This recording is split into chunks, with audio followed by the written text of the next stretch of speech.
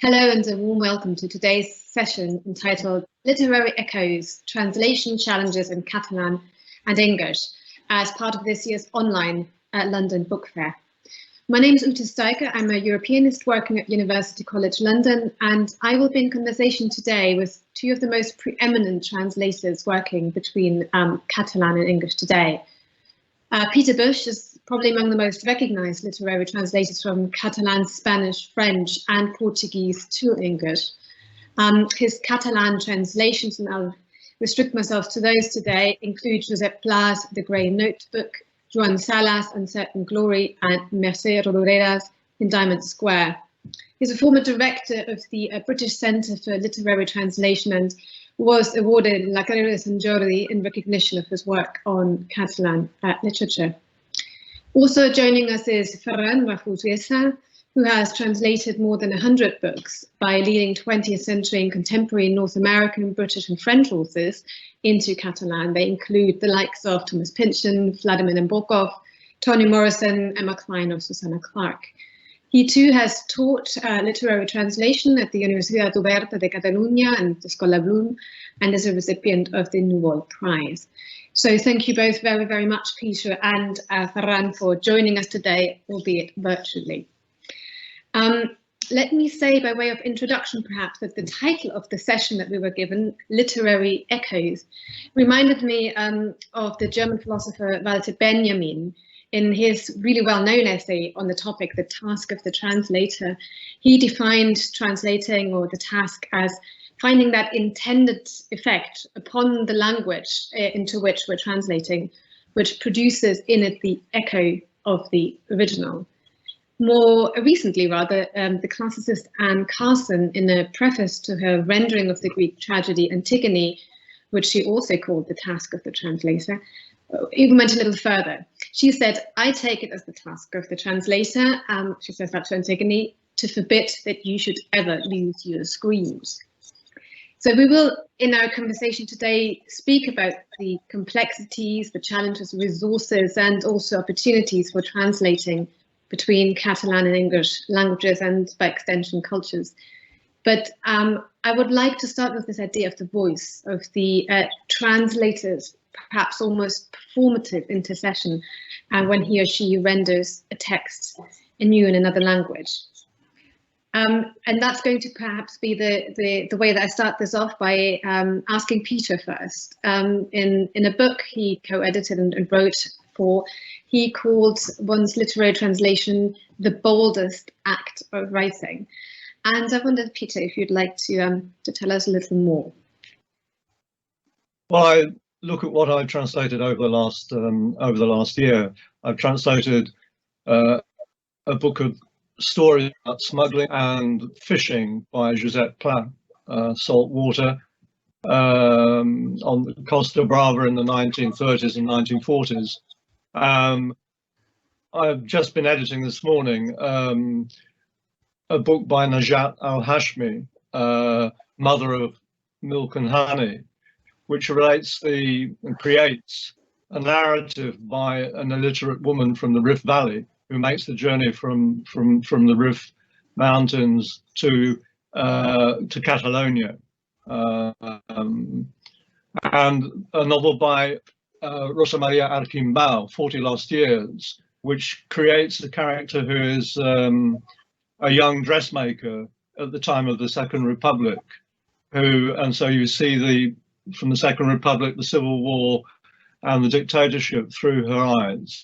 So that's three very different voices, three different styles. And yet I have to recreate those styles and those voices in English. And for me, to do that, you have to be very bold, because you have to accept that you have to be always, as a literary translator, developing your use of language, pushing it into areas, crossing frontiers and boundaries where your particular English has never been before, with each new writer and each new book that you're translating. I mean, often literary translators are thought of as being modest and humble, self-assuming, not kind of invisible. But the fact is that we want to be invisible in the sense that we want the voice of our writer to come through in every translation, not our voice. But for that to happen, we have to make millions of choices over words, and that has to come from deep within us and our interpretation of the books that we're translating. And to do that, you have to be bold. I always say to students, you have to think, if you're going to translate Cervantes and Shakespeare, you have to be able to write like Cervantes and Shakespeare in your own language. And to do that, you have to be bold. Because your language, after all, your rendering, your voice then becomes the original. For the reader, your English is the original writing, as it were. So you have to really assume to some extent also that speaking voice. Is that what you're saying? Yes, I mean, and it's not. I mean, it's not. It's a speaking voice, but it's also an interpretation of all the resonances within the original. If you like, again, people often say that a translator is about getting the music right that's in the original, and I often think that the translator is like a conductor of an orchestra, because in the translator's consciousness, the translator is feeling all the resonances, all the themes, all the voices of the different characters that are as a whole in the original, and he or she has to kind of trace those things in his kind of consciousness and unconscious in order to recreate it in English. And so it seems sometimes, I mean, and that only can happen through the many drafts that you have to do. I would typically do 5 or 6 or 7 drafts of a work that I'm translating, and it's through that drafting process, the re-editing, the rewriting, the research that you have to do. It may be into kind of historical or political background, or it may be linguistic research into different kinds of languages. Like in the Plough, for instance, I had to research all kinds of language about fishing and boats. So I had a pile of glossaries on my desk, trying to find out what exactly this term meant in Catalan, and then what the term was in English, both in the United States, where the book was going to be published, and in the UK. So it's a lot of detail that's going, a lot of detailed resonances or echoes, if you like, going through the mind of the translator, but it has to kind of coalesce as a whole, as a literary work that in your translation stands by itself. And also, I was about to say, most people work on the illusion that the translator is not there. It's just not there. I mean, they like to think they are reading the original book directly. They are reading the writer's mind directly, and that's not so. And I think you have to be bold, and I'm very proud of what I do. I mean, there's some pride in saying, this is my Foster Wallace, this is my Scott Fitzgerald, because I know every word that's in the book has been chosen by me, ultimately. Ferran, this is a really interesting take that you've just sort of led us towards, which allows us to dig a little deeper also with the idea of inventiveness and of needing to respond and find the right expressions for the right moment. Particularly, how would you do this if you translate a text or a school that doesn't have any clear parallel in the language that you're translating into? So when we spoke earlier, for instance, you did mention Thomas Pynchon as a notable example. What does that do to your rendering in Catalan when you're finding that there is not an obvious tradition excellent in that language? Well, I would say that luckily there's an objective base always to translation. I mean, there's a content, there's a meaning you have to convey. So you can do a first draft mostly as if it was any other book. But when you want to polish the style, when you want to rewrite, you have to know where you're going. You have to have a reference. It's like you feel lost in the woods sometimes. You would like to know where the sun is, at least, so you can at least hint at direction. And you have to play it by ear in a way. You have to work on your intuition, and it's like if you're trying to create something new with the element you already have. It's like making a new omelette, maybe with ingredients you didn't know could go in an omelette. But the process is much the same, and also it helps a lot if your own idea of literature is alongside of this writer you're trying to translate. I mean, for me, David Foster Wallace wasn't especially difficult because I so much like his style. I was craving something like this. I didn't know before reading him, but I wanted to find something like this. So you have to be creative, you have to be imaginative, but there's something all in the language that allows you to do this without really that much effort. On the other hand, one writer that I know made me realize something, that I always work thinking about the reader. But there's also new writers coming from younger generations, and that some of these translations are very important because of that, because you open new doors for new writers. And it doesn't matter if you sell more copies or less copies. It may matter to the publisher because they don't want to get ruined. But I think it's important because you set an example and other people will be able to write from here. So I like the freedom, because I think a few years ago, the Catalan language was more closed than the English language. I think English literature is so big; you have it all, and I like it that when I have to create something new, when I have to put on an effort to find new ways, it's always open. I go for freedom, for openness, for erasing boundaries, and that's something that I think everyone's really craving for when you write. So it's natural, and I like to see to see how young writers respond to these books, and to me it's even more significant than the reading public. Let's say it's really important to know that some people find these works meaningful, and are going to work from there on that point. It's fantastic, because that really means that you are creating, if you like, new canons. So if we don't like the idea of a canon, at least you create a new landscape of readings. And after all, every author is also a reader, just as every translator is probably the most close reader possibly imaginable. So let me just very briefly imagine the reverse. We've talked about new literature that you need to find and open a landscape for, but what do you do with texts which have become classics in our respective languages? You've,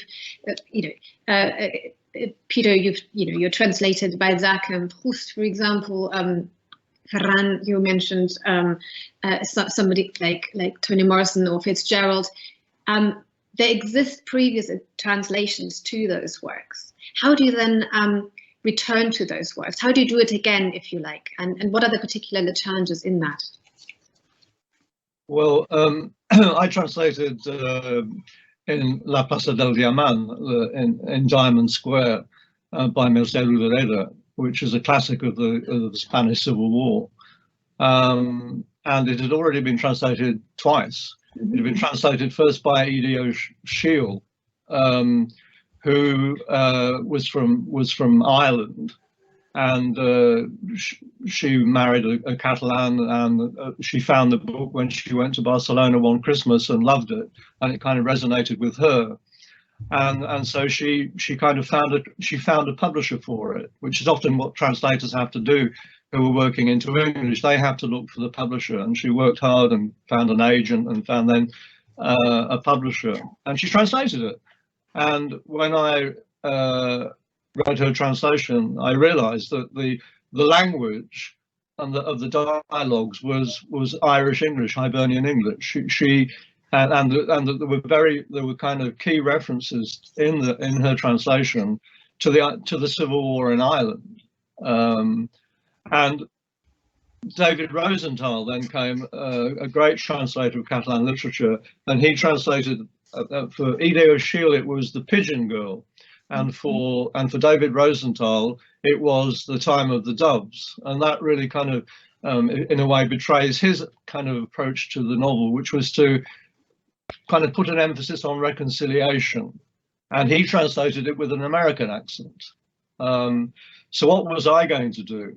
Well, when I read the novel, it kind of had resonances with me, because the novel is about a woman who is basically has to kind of bring up two children when her husband goes off to fight in the front against the fascists. He dies and she has to struggle, and you know, that kind of had resonances with me, because my father was away for 6 years during the Second World War, first in France and then in the Middle East. And so my mother had to bring up two children, two young girls, during the Civil War, during the Second World War. So there was a kind of personal resonance there, and I kind of was very interested in the kind of working class nature of the heroine. That she came from she was somebody who worked in a pastry shop in Gracia in Barcelona. So I wanted to kind of capture that, if you like, that echo in my translation. This was a working class woman who was struggling to survive and defend her children during the Civil War and after the Civil War, and I hope that's what distinguishes my translation. It means that people have got three interpretations of the novel that they can read, in the way that, you know, kind of, if you're a student, you might read different articles or books about the writers. Well, here you can read three different interpretations made by translators of that key text in Catalan literature. That's a fascinating account. What I wasn't aware of as well is just the extent to which they intervened to change the title. I mean, your translation is the literal one, in La Plaza del Diamant, in Diamond Square, but the other two did actually also change the title to sort of fit the perspective of their translations, perhaps, and the personal interest they took from it. Ferran, do you have a similar sort of account from your end? Yes, I recently translated The Great Gatsby. It's not out yet, but it's going to be, I think, in September. And it's been a joy to translate. And my question would be, why do we need to translate this book again? I mean, what does the old translation feel old when the original maybe doesn't feel so old? And I think because underlying the choice of words of every particular writer, there's something, there's a kind of a standard language, a standard model of writing, of written English or written Catalan. And in Catalan in particular, in the last 40 years, maybe this standard has changed a lot. So sometimes when new readers go to the old translations, they find a lot of things in them which feel outdated, but not because they stem from the original book, because the codes that were around at that time when the book was translated have changed very quickly now. So I think, and I like this, the former translation was by Folky Camarasa, which I think was someone who had a gift for, had a very good ear for music and very good taste. But it, especially the liveliest parts, when the dialogues, for instance, felt really stiff. You couldn't, it's hard to believe anyone talked like this, even in the 1920s.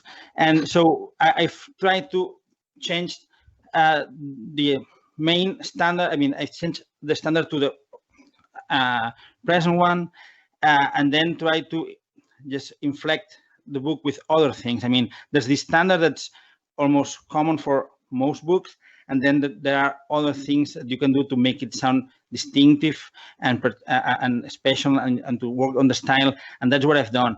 But I have to say, I had read the translation a few years ago when I had the commission. I didn't reread it. I waited until my draft, my first, second, third draft were finished, and then I always like to check in some little details, some particularly complicated decisions. What did he try here? And I also do the same with Spanish sometimes, or French translations. And it's always a joy to read the book again in this Catalan by Folky Camarasa, when I have my own Catalan in mind.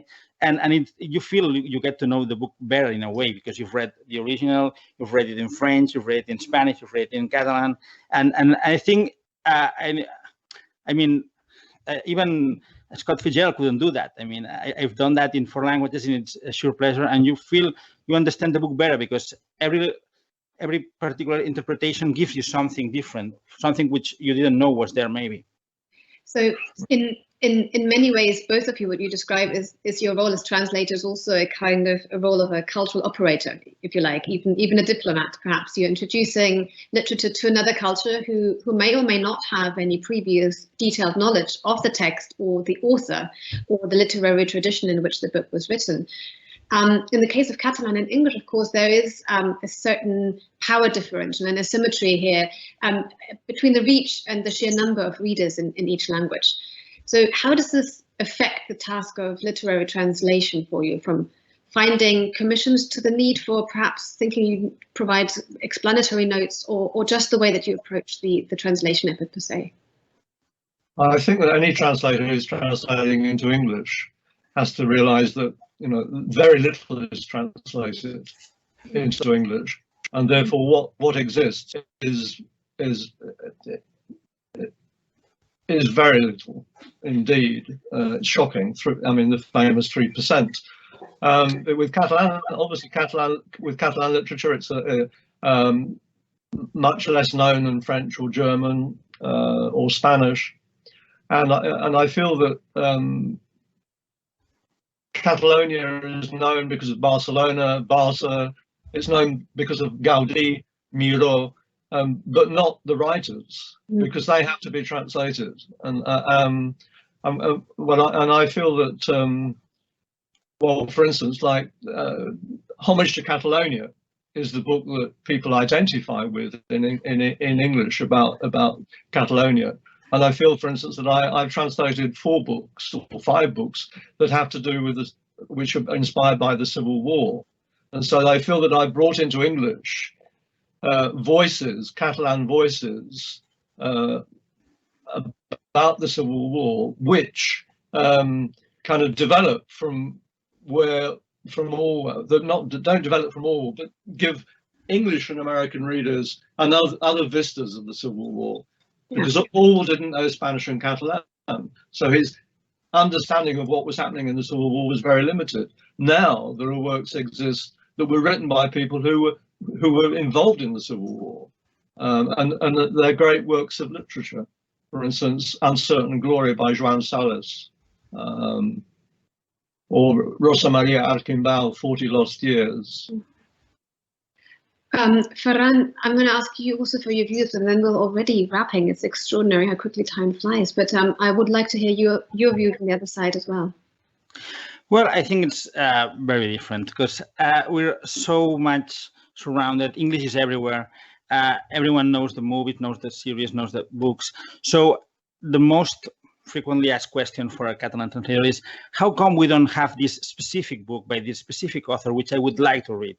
So they assume it has to be there. Everything has to be translated. We, of course, have the classics, the modern classics also, but also a wide variety of new books every year. And when one book doesn't get translated, people ask you, how come you haven't done that? And it's really amazing if you think how many readers are there in Catalan right now. The amount of translations that get published every year, it's amazing. So I feel more like I like this idea of being an ambassador, a cultural bridge. But I think, being realistic with my life, I'm more like a piece in an industry, a little industry, but that works very fast. And I work there, and I get commissions because I receive emails from publishers who want this or that other book translation, and I try to meet the deadline, and I see if the page is okay. But seldom, I translated some books because I had the idea, and I went to find a publisher that was just for this book, because I felt there were forgotten books. For instance, The Prime of Miss Jean Brodie. It's not known here as it is in England, for instance. There was an old translation too from this book, but I wanted to do a new one. This one, for instance, I could find someone, a publisher that wanted to do that, so I could do that. But in general, I don't have to really look for anything, because I am flooded by proposals. And after the pandemic, surprisingly, there are more than ever, I think. And so I don't have to explain the cultural landscape to the Catalan reader, because they already know that. And even footnotes, as time, I mean, when I first started out, there were more footnotes than now. Now you think, well, they're gonna, if they want to know what that is, they're gonna go to the internet and do a Google search. Yes. So we have this idea that people know the cultural landscape, and you just have to provide the text, the book. Ferran, you actually wrote once by way of Gabriel Josipovici of the notion of reading as a lifelong, as a close relationship between reader and a favorite author, a sort of prolonged conversation. Now, our conversation today may not have been as prolonged as I would have liked. I could really listen to both of you for hours, but it's been a real pleasure and a privilege to have you with us. Thank you very much. Thank you. Thank you. Thank you. Thank you.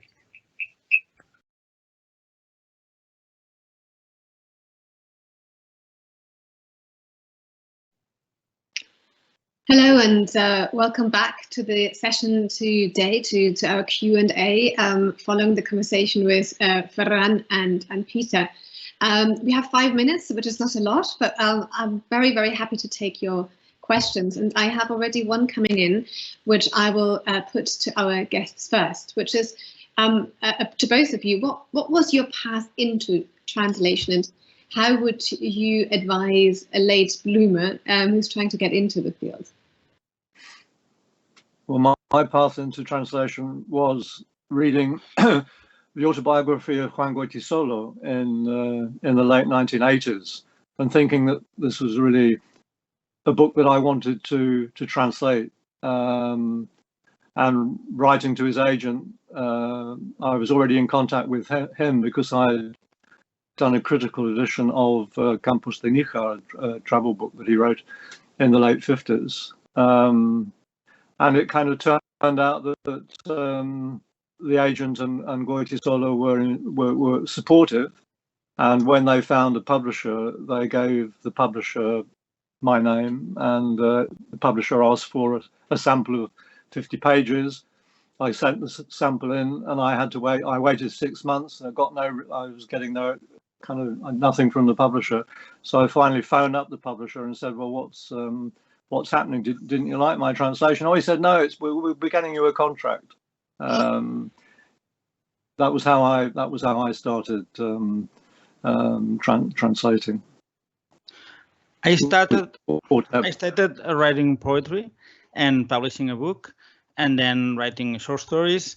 But at some point, I was full of doubts about whether someone would care about what I was writing, and I had always this feeling of that doesn't matter to anyone. So a good way out of this was to start translating, and I started because I proposed to there was a book proposal for a publishing house, and they said, "Can you do it yourself?" And I said yes, and they liked it, and that was how it started. I mean, I didn't study translation or anything, but I had written a lot before, and I as a young man, I thought I was going to write with my own name, but then I found out that I prefer to write with other people's names.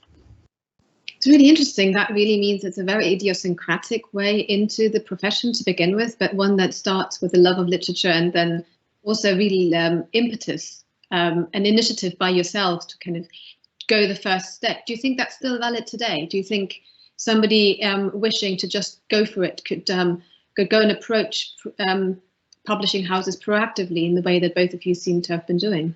Well, it can be tried. I don't know exactly, but I think there are also. I taught in a literary school. I taught translation, and you very quickly see if someone can do it professionally or not. There are some people who just like it a lot, but then their writing skills are not really up to the task.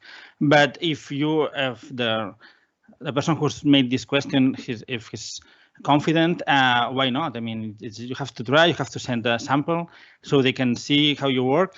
And I think if you get to do one, then if you do that one good enough, then it's going to be easy, because afterward it all comes, one thing goes after the other, and it's really easy at some point. But I think that the first one is the critical one.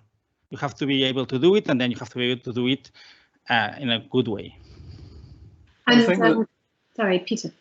I think in the English speaking world, it's kind of rather different to the situation in Spain, because so little is translated, and publishers still rely to an extent on suggestions from translation from translators, so that I think that there is still the possibility in the English speaking world of kind of writing a sample, writing a kind of report on a book that you're enthusiastic about. Then you have to identify the right publishing house and find out who the actual editor is, and be in contact with that person. In Spain, they kind of translate so much that's coming out of English in the United States or the UK. It's a sort of different situation. Thank you very much, both of you, for these additional reflections, which are, after all, very much also a sign that people do still want to get into this profession and show the enthusiasm that is there for it.